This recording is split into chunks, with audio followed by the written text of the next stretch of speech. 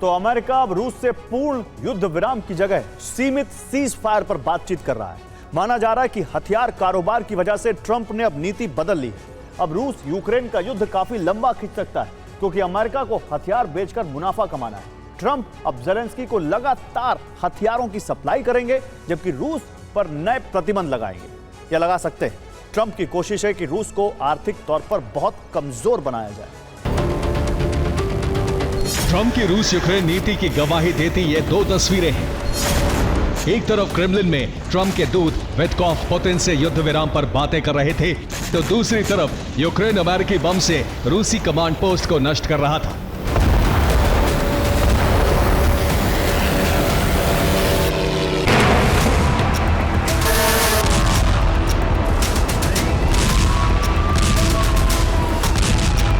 एक तरफ रूस की एक और रिफाइनरी धधक रही थी, तो दूसरी तरफ ट्रंप ज़ेलेंस्की से फोन पर बात कर रहे थे।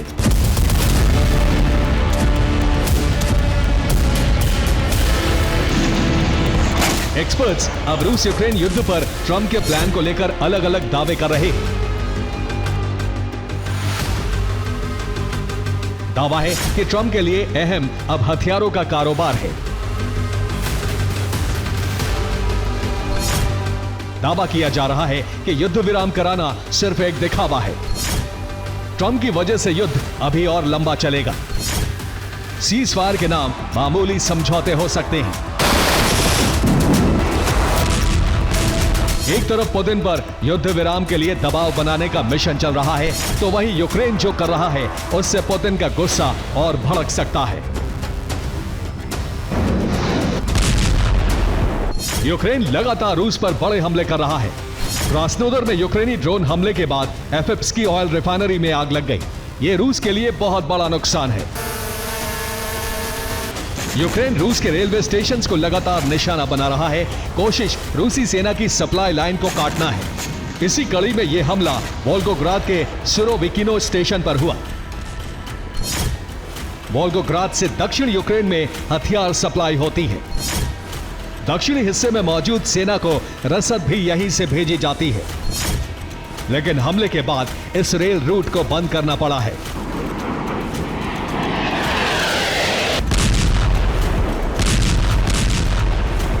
यूक्रेन को अमेरिका और यूरोप से हथियार की सप्लाई हो रही है, जिसके बाद रूस पर ताबड़तोड़ प्रहार की शुरुआत हुई है।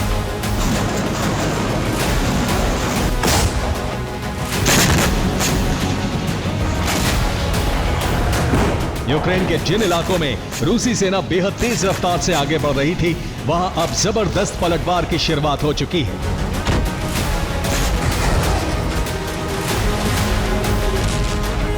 सुमी में भी रूसी सेना का कब्जा अभियान शुरू हुआ था, लेकिन अब यूक्रेनी फौज आधुनिक हथियारों से पलटवार कर रही है। ज़ेलेंस्की खुद सेना का हौसला बढ़ाने सुमी पहुंच गए। इससे पहले ज़ेलेंस्की ने खार्किव का दौरा किया था।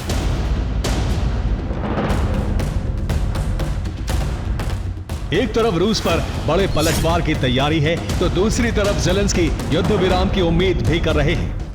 З нашими бригадами, героїчними хлопцями та дівчатами, хто захищає, активно захищає нашу землю, хто здійснив нашу наступальну операцію на Курщині.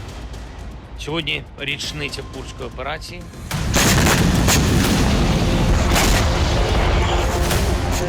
ट्रंप भी युद्ध विराम की उम्मीद कर रहे हैं और पुतिन से जल्द मुलाकात करना चाहते हैं, लेकिन एक्सपर्ट मान रहे हैं कि युद्ध विराम मौजूदा हालात में नहीं हो सकता, क्योंकि ट्रंप के हथियारों की वजह से ही रूस को बड़ा नुकसान हो रहा है और रूसी सेना इसका इंतकाम लेने के लिए हमला करेगी। यानी युद्ध और भीषण होने वाला है। सिर्फ सुमी में ही रूस के 300 से अधिक सैनिकों की मौत हो गई है। तो सुमी में एक बार फिर यूक्रेनी फौज ने पलटवार किया है। सुमी में यूक्रेनी सेना ने मशीन गन से प्रहार, रॉकेट लॉन्चर और ड्रैगन ड्रोन जैसे हथियारों का इस्तेमाल किया, लेकिन इसका असर बहुत अधिक हुआ है। सुमी में कब्जे के मिशन से दाखिल हुई रूसी फौज पर आसमान और जमीन से लगातार हमले हुए। सुमी में ऑपरेशन चलाने का प्लान यूक्रेनी खुफिया एजेंसी ने तैयार किया था। यूक्रेन के भीषण प्रहार से 330 रूसी सैनिकों की मौत हो गई। सुमी में 10 दिनों में यह दूसरा हमला है। सूमी में मौजूद रूसी सेना एक बार फिर पीछे जाने को मजबूर हो गई है।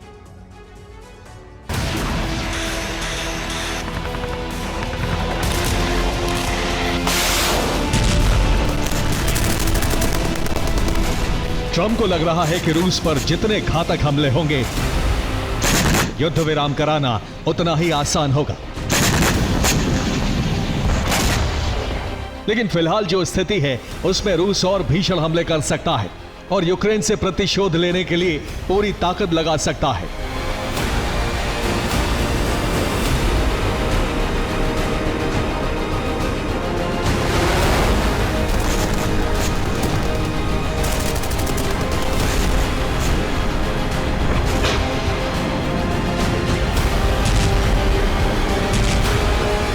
एक्सपर्ट्स मान रहे हैं कि ट्रंप इस वक्त युद्ध को पूरी तरह से नहीं रुकवाएंगे, क्योंकि नेटो देश अमेरिका से हथियार खरीद रहे हैं। यूक्रेन भी अमेरिका से हथियारों की डील कर रहा है। अमेरिका को हथियार बेचकर भारी मुनाफा हो रहा है। यूक्रेन की मदद के लिए यूरोप के देश अमेरिका से हथियार खरीद रहे हैं, लेकिन अगर युद्ध विराम हो गया तो हथियारों की डील भी कैंसिल होगी, जिससे अमेरिका को बहुत अधिक नुकसान होगा। ऐसे में सवाल है कि फिर ट्रंप पुतिन से क्या बात करेंगे। कुछ एक्सपर्ट मान रहे हैं कि बड़े ठिकानों पर हमले न करने का समझौता होगा। रूस हवाई हमले रोकने का समझौता कर सकता है। रूस को जमीन पर युद्ध की इजाजत दी जा सकती है। यूक्रेन की सबसे बड़ी ताकत ड्रोन है। अमेरिका भी यूक्रेन से ड्रोन ले रहा है। ऐसे में ड्रोन युद्ध रुकवाने पर अमेरिका को भारी मुनाफा हो सकता है। जमीनी युद्ध के लिए हाइमर्स की डिमांड होगी। गोला बारूद और टैंक का कारोबार बढ़ जाएगा। आर्टिलरी और बख्तरबंद वाहनों को यूक्रेन भेजा जाएगा।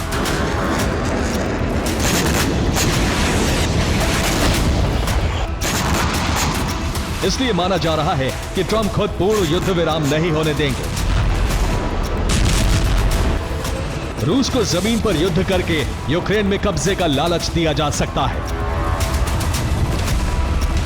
ऐसे में यूक्रेन में कई वर्षों तक युद्ध चलता रहेगा और अमेरिका का हथियार कारोबार बढ़ता रहेगा।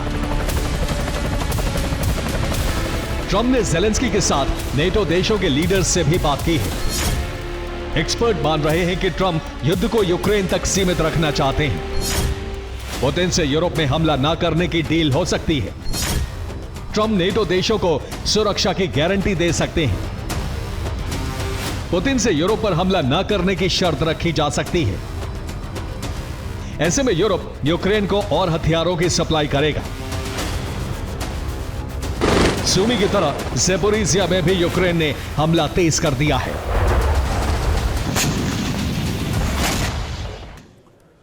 तो सूमी और ज़पोरिजिया में यूक्रेनी सेना का ऑपरेशन तेज हो गया है। यूक्रेनी फौज ने फिर कब्जे वाले इलाके में हमला किया।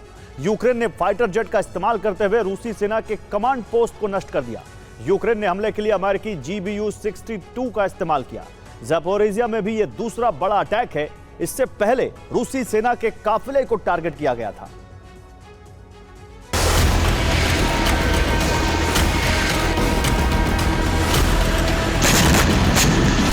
ज़ेलेंस्की को घातक हथियार और पुतिन को प्रतिबंधों का डर। एक बार फिर अमेरिका से शुक्रवार को प्रतिबंधों का ऐलान हो सकता है। एक्सपर्ट मान रहे हैं कि ट्रंप चाहते हैं कि रूस को आर्थिक मोर्चे पर बहुत बड़ा नुकसान हो और भविष्य में रूस बेहद कमजोर हो जाए। इसी वजह से अमेरिका युद्ध को खींचने की रणनीति पर काम कर सकता है। Bureau report, TV9 Bharatvarsh.